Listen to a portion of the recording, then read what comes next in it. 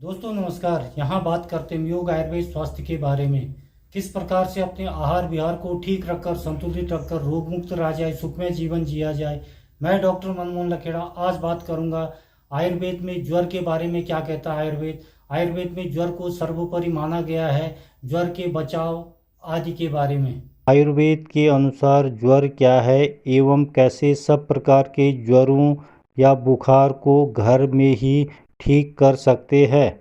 दोस्तों, आप जानते हो कि शरीर में कोई भी शारीरिक या मानसिक गड़बड़ी होने पर अनेक प्रकार की प्रतिक्रिया दिखाता है। उस प्रतिक्रिया में ज्वर या फीवर या बुखार एक मुख्य लक्षण के रूप में दिखाई देता है होता है। दोस्तों, ज़्यादातर रोगों में ज्वर का लक्षण दिखाई देता है और दोस्तों इसीलिए विश्व की सबसे प्राचीन पैथी जिसे आयुर्वेद कहते हैं, जिसने पूरे विश्व को सबसे पहले जीवन जीना सिखाया, चिकित्सा शास्त्र दिया, उस आयुर्वेदिक पैथी में ज्वर को सर्वोपरि माना गया है। पहला अध्याय ज्वर का ही है और दोस्तों उन सभी आयुर्वेदिक शास्त्रों में ज्वर के अनेक प्रकार बताए गए हैं, जिसे कि दोस्तों आज की प्रसिद्ध चिकित्सा एलोपैथी भी मानती है, या एलोपैथी ने भी साबित कर दिया, खोज कर दिया है कि ज्वर अनेक प्रकार के होते हैं और लगभग या ज़्यादातर ज्वरों में एक विशेष लक्षण के रूप में होता है, दिखाई देता है। दोस्तों, आज हम बात कर रहे हैं आयुर्वेद के अनुसार ज्वर क्या है, ज्वर कितने प्रकार का होता है, किस ज्वर में क्या लक्षण होते हैं, किस ज्वर में क्या करना चाहिए, क्या खाना चाहिए, घर में ही कैसे हम ज्वर से बचाव कर सकते हैं, कौन से नुस्खे अपना सकते हैं आदि के बारे में विस्तार से। दोस्तों, ज्वर नामक बीमारी से लगभग सभी परिचित है। शायद ही कोई होगा जिसे ज्वर या फीवर न हुआ हो और दोस्तों जो ज्वर के बारे में न जानता हो, अर्थात लगभग सभी अच्छी तरह से जानते हैं, जिसमें सामान्यतः शरीर का तापमान या टेम्परेचर बढ़ जाना ज्वर कहलाता है, जो कि दोस्तों अनेक बीमारियों के होने से उत्पन्न होता है, जो कि दोस्तों लगभग हर बीमारी में एक मुख्य लक्षण के रूप में भी दिखाई देता है, विशेषकर दोस्तों जहाँ पे इन्फेक्शन या संक्रमण आदि रोगों में। इसीलिए दोस्तों आयुर्वेद में भी ज्वर को इतना महत्वपूर्ण मानते हुए इसका स्थान सर्वोपरि एवं पहला अध्याय के रूप में रखा गया है। दोस्तों, शास्त्रों में इसका विस्तार से एवं बहुत ही सूक्ष्म रूप से वर्णन किया गया है, व्याख्या की गई है। जैसा कि दोस्तों आधुनिक विज्ञान एलोपैथी के अनुसार तो भौतिक रूप से ही थर्मामीटर से नापने पर शरीर का तापमान बढ़ने से ही ज्वर ग्रस्त माना जाता है, जबकि दोस्तों आयुर्वेद में इसका विस्तार से एवं बहुत ही सूक्ष्म रूप से लिखा गया है कि जब थर्मामीटर में भी तापमान न बढ़ने के साथ भी रोगी के शरीर में बहुत से प्रकार के ज्वर में अंदर से ज्वर बना रहता है। तो आयुर्वेद में ज्वर के बारे में कहा गया है, ज्वरस्तु एक एवं संताप लक्षणम, महर्षि चरक के अनुसार, अर्थात दोस्तों स्वाभाविक से अधिक संताप या ताप का बढ़ना ज्वर कहलाता है। दोस्तों दूसरी तरफ कहा गया है कि शरीर से ताप या संताप का बढ़ना ही ज्वर नहीं है, अर्थात देहेंद्रिया मनस्तापी, अर्थात दोस्तों शरीर स्रोत इंद्रिय और मनस के संताप का नाम ज्वर है, क्योंकि दोस्तों शरीर एवं इंद्रियों समेत मन ज्वर का अधिष्ठान है। इसलिए दोस्तों बहुत सी बीमारियों में एक विशेष समय में ही शरीर का तापमान बढ़ता है, बाकी समय शरीर सामान्य तापमान पर रहता है। दोस्तों इससे यह सिद्ध होता है कि उस स्थिति में बेशक शरीर का तापमान भले ही न बढ़ा हो, मगर उसके शरीर में वहाँ बीमारी है जो कि एक निश्चित समय पर तापमान बढ़ाकर उभर कर सामने आ जाता है, जिसका कि दोस्तों एलोपैथी एवं आयुर्वेद में अनेक प्रकार के ज्वरों का सूक्ष्म एवं बहुत ही विस्तार से वर्णन किया गया है। जैसे वात का ज्वर, पित्त का ज्वर, कफ का ज्वर, विषम ज्वर, आंतरिक ज्वर, जीर्ण ज्वर, काम का ज्वर आदि। तो आयुर्वेद के अनुसार थर्मामीटर से देखने पर पता चलता है कि शरीर का तापमान 1 डिग्री बढ़ने से नाड़ी की गति कफ ज्वर में 6, वात ज्वर में 8 और पित्त ज्वर में 10 प्रति मिनट बढ़ जाती है। और दोस्तों श्वास की संख्या कफ ज्वर में प्रायः 3, वात ज्वर में 4 और पित्त ज्वर में 5 लगभग बढ़ जाती है। और दोस्तों कभी ज्वर का अर्थात दोषों का प्रभाव श्वास स्थान पर पड़ता है, तब दोस्तों श्वास की गति अस्त व्यस्त हो जाती है। और दोस्तों जब हृदय पर पड़ता है तो दोस्तों नाड़ी की गति अस्त व्यस्त हो जाती है। इसलिए दोस्तों सामान्यतः यहाँ कह सकते हैं कि वात ज्वर में क्षण क्षण में घटता बढ़ता है, पित्त ज्वर में अपेक्षाकृत तीव्र तेज होता है और कफ ज्वर में मंद या मृदु मिलता है। आयुर्वेद के अनुसार ज्वर के लक्षण तो सामान्य लक्षणों में वात ज्वर में सिर से पांव तक समस्त शरीर में या दोस्तों छाती तथा हृदय किसी एक हिस्से में अंग में दर्द या वेदना या पेन होती है। पित्त ज्वर में शरीर में दाह या जलन, मुख से गर्मी निकलना एवं दर्द आदि लक्षण दिखाई देते हैं।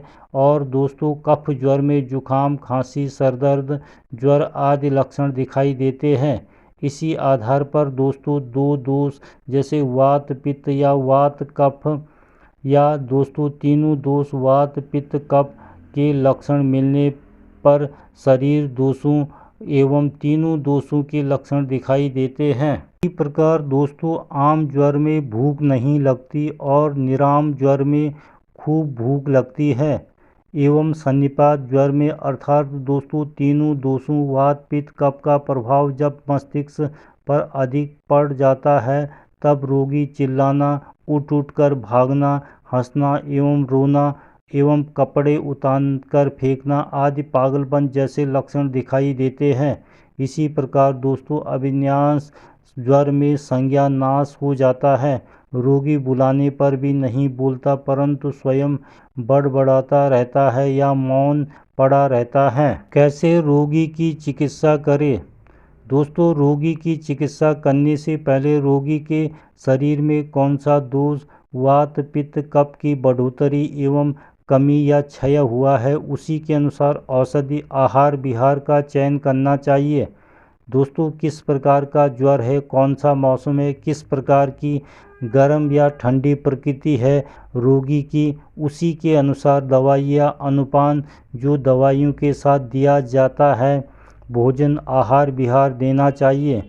उसके शारीरिक एवं मानसिक शक्ति के अनुसार चुनकर उसके अनुसार देना चाहिए। और दोस्तों आवश्यकता पड़ने पर शरीर की शोधन चिकित्सा जिसे दोस्तों पंचकर्म कहते हैं, इसमें 5 कर्म किए जाते हैं या दोस्तों यूँ कहे जिनसे जितने भी जटिल रोग ज्वर आदि होते हैं उनमें उस दोष के अनुसार शोधन या शुद्धिकरण। पंचकर्म चिकित्सा में स्नेहन, स्वेदन, समन, विरेचन, अनुवासन, बस्ति, निरोह बस्ति तथा नस्य आदि कर्मों का विधान कि उसे उस रोग ज्वर आदि के अनुसार अवश्य शरीर का शुद्धिकरण करना चाहिए।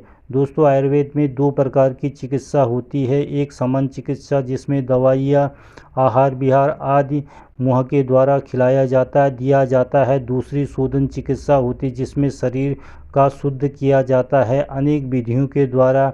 सामान्य दोस्तों जो लोग घर में ही एवं बिना किसी शरीर पर बुरा असर पड़े उपवास या व्रत एवं दोस्तों हल्का शरीर से पसीना निकालना एवं ऐसे हल्का सुपाच्य संतुलित पौष्टिक आहार अपनाया जा सकता है जो सरलता से दोस्तों पच जाए और शरीर में किसी भी प्रकार की गर्मी पैदा न करे। ज्वर का उपचार एवं क्या दवाई लेनी चाहिए?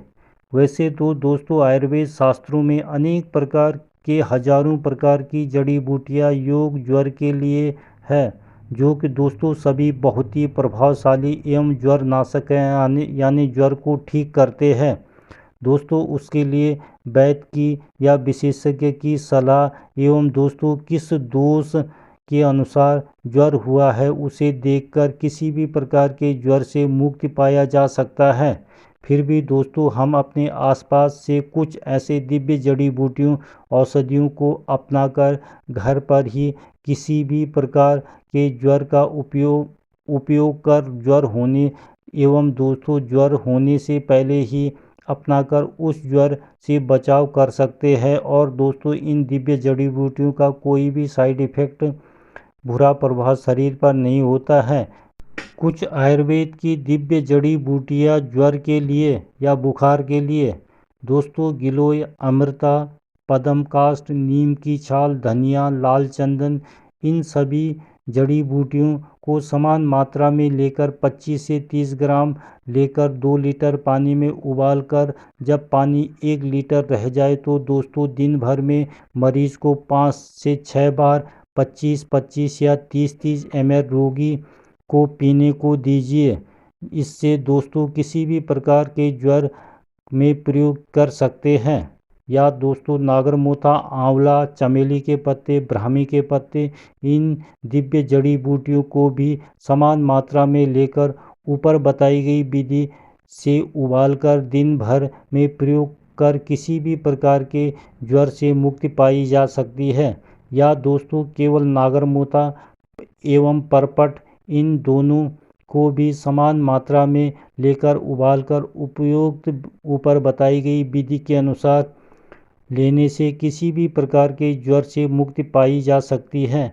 या दोस्तों बहुत सी जड़ी बूटियाँ जैसे निर्गुंडी, पपीते के पत्ते, पारिजात आदि किसी एक जड़ी बूटी को लेकर भी उसका रस पिलाने से भी जटिल से जटिल ज्वरों में बहुत फायदा एवं ज्वर मुक्ति मिलती है। दोस्तों ऊपर बनाई गई औषधियों की मात्रा शरीर, ज्वर, उम्र, भार या वेट आदि के हिसाब से उसकी मात्रा कम या ज़्यादा दिया जा सकता है। जैसे दोस्तों बच्चों में मात्रा कम एवं बड़ों में मात्रा बढ़ाई जा सकती है।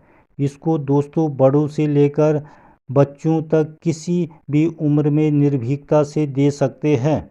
इसके अलावा दोस्तों ज्वरनाशक औषधियों की धूप बनाकर जलाकर भी हम ज्वर से मुक्ति पा सकते हैं। ज्वरनाशक धूप बनाने के लिए दोस्तों गुग्गुल, नीम के पत्ते, हरड़, सरसों, कूट, गिलोय, पद्म काष्ठ आदि सम मात्रा में लेकर धूप या दोस्तों हवन सामग्री बनाकर जलाकर वातावरण को शुद्ध कर ज्वर से मुक्ति पाया जा सकता है। दोस्तों आज आधुनिक विज्ञान वैज्ञानिकों ने भी साबित कर दिया है कि जिस शरीर के किसी अंग में कोई भी औषधि नहीं पहुंचती वहां पर यह औषधियों का धुआं आसानी से पहुंचकर इस रोग को ठीक कर देता है। उसे ही दोस्तों यज्ञ चिकित्सा के नाम से जाना जाता है। आज इसके अलावा दोस्तों देसी गाय का पुराने से पुराना घी 2-2 बूंदें रोगी की नाक में डालनी चाहिए। खाने में क्या परहेज करें? दोस्तों खाने में गरिष्ठ भोजन, बासी भोजन, बाजारी भोजन, तेज़ मिर्च मसाले, ज़्यादा चाय, किसी भी प्रकार का नशा आदि से बिल्कुल परहेज करना चाहिए। क्या खाना चाहिए? दोस्तों खाने में सुपाच्य जो आसानी से पच जाए जैसे मूंग मसूर की दालों का पानी पीना चाहिए। शीतल पदार्थ जैसे नारियल का पानी, खीरा, ककड़ी, नींबू पानी, फलों का जूस आदि लेना चाहिए। दोस्तों पुराना ज्वर होने में नीम के पत्ते, तुलसी के पत्ते, ब्राह्मी के पत्ते सबको 20-20 ग्राम लेकर कुटकी का घन सत्व 30 ग्राम, धनिया तथा काली मिर्च 10-10 ग्राम लेकर दोस्तों 500-500 मिलीग्राम की गोलियां बनाकर 1 से 2 गोली दिन में 3 बार पानी के साथ देना चाहिए।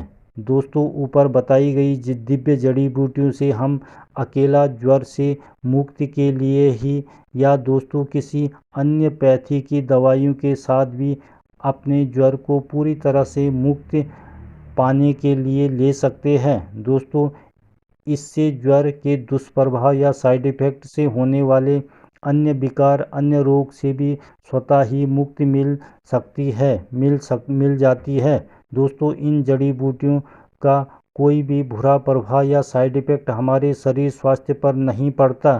तो दोस्तों, आज के लिए बस इतना ही। देखते रहे लखेड़ा आयुर्वेद को। चैनल को लाइक, शेयर और सब्सक्राइब जरूर करिए और लेते रहिए योग, आयुर्वेद, स्वास्थ्य संबंधी नई नई जानकारियाँ। नमस्कार।